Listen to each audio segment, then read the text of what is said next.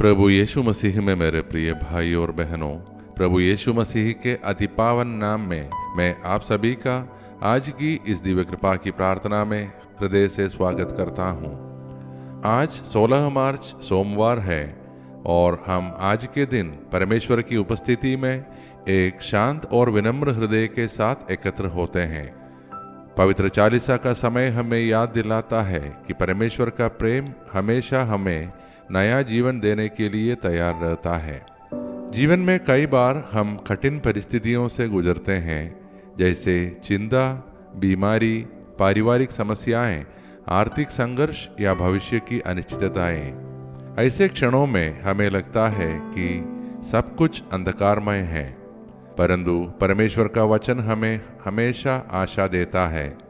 आज का हमारा मनन का वचन हमें एक अद्भुत प्रतिज्ञा सुनाता है। परमेश्वर एक नया आकाश और नई पृथ्वी रचेगा। इसका अर्थ है कि परमेश्वर निराशा को आशा में, टूटन को आशीष में और आंसुओं को आनंद में बदल सकता है।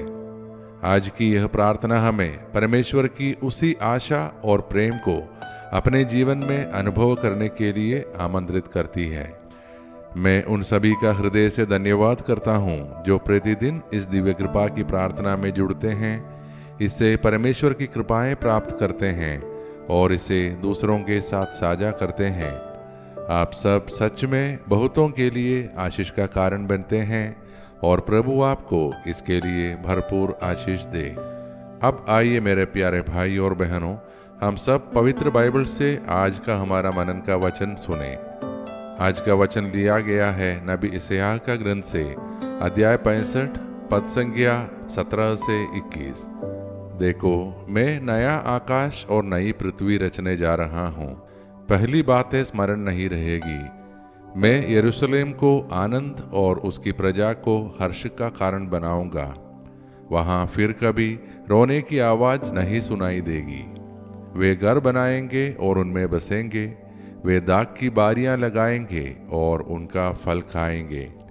प्रिय भाइयों और बहनों, नबी यशायाह का यह वचन हमें परमेश्वर की महान योजना का दर्शन कराता है। जब यह भविष्यवाणी दी गई थी, तब इस्राएल के लोग कठिन परिस्थितियों से गुजर रहे थे। वे निराश थे, उनका भविष्य अनिश्चित था। परंतु उसी समय परमेश्वर ने उन्हें आशा का संदेश दिया। मैं नया आकाश और नई पृथ्वी रचूंगा। यह वचन हमें याद दिलाता है कि परमेश्वर हमेशा नई शुरुआत देता है। कभी कभी हमें लगता है कि हमारी परिस्थितियां बदल नहीं सकती, परंतु परमेश्वर के लिए कुछ भी असंभव नहीं है। वह टूटे हुए जीवन को नया बना सकता है। वह आंसुओं को आनंद में बदल सकता है। पवित्र चालीसा का समय हमें यही सिखाता है, परमेश्वर पर भरोसा करना, क्योंकि उसका प्रेम हमें हमेशा नया जीवन देता है। यह वचन हमें यह भी बताता है कि परमेश्वर चाहता है कि उसके लोग शांति और आनंद में जीवन बिताएं। जब हम परमेश्वर के साथ चलते हैं, तब हमारे जीवन में आशा का नया प्रभात आता है। जब हम अपनी चिंताओं, अपनी दुखों और अपनी कमजोरियों को उसके हाथों में सौंपते हैं, तब वह हमारे जीवन में आशा का नया प्रकाश लाता है। इसलिए आइए हम अपने मन को शांत करें, अपने हृदय को परमेश्वर के सामने खोलें और विश्वास के साथ उसकी उपस्थिति में प्रवेश करें और मिलकर प्रार्थना करें। हे प्रेममय और दयालु परमेश्वर, आज हम तेरे सामने नम्र हृदय के साथ आते हैं। हम तेरा धन्यवाद करते हैं कि तू हमें हर दिन नया जीवन और नई आशा देता है। हे प्रभु, हमारे जीवन से हर प्रकार की निराशा और भय को दूर कर हमारे हृदय को अपनी शांति से भर दे। हे प्रभु, हम अपने परिवारों को तेरे हाथों में सौंपते हैं। हर घर को अपनी कृपा और प्रेम से भर दे। जहाँ तनाव है वहाँ शांति दे, जहाँ दूरी है वहाँ मेल दे, जहाँ चिंता है वहाँ आशा दे। हे प्रभु, हम अपने बच्चों के लिए प्रार्थना करते हैं, विशेषकर उन बच्चों के लिए जो इन दिनों परीक्षाएं लिख रहे हैं। उन्हें बुद्धि, स्मरण शक्ति और आत्मविश्वास प्रदान कर उनकी मेहनत को सफल कर।